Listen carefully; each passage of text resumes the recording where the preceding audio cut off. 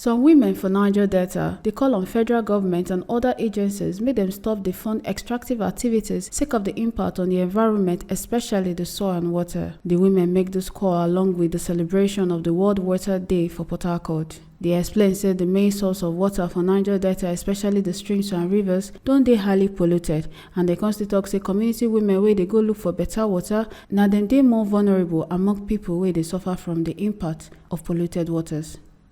International development agencies should stop funding investment in extractive activity. Extractive activity as in, for us in the Niger Delta, oil and gas, in some other places, coal and gold and those mineral resources. Because extraction activities contributes to polluting our waters.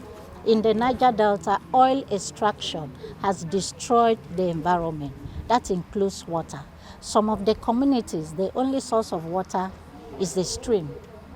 And most of these water bodies, because oil is spilled into the environment, it has affected the water.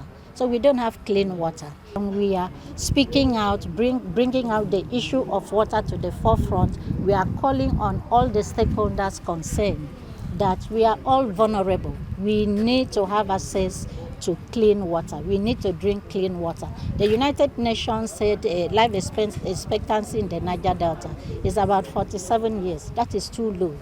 These community women, they don't know these things. And that is why we have gathered as community women to remind NOSDRA. EPA has brought a policy concerning water. NOSDRA need to implement the policies.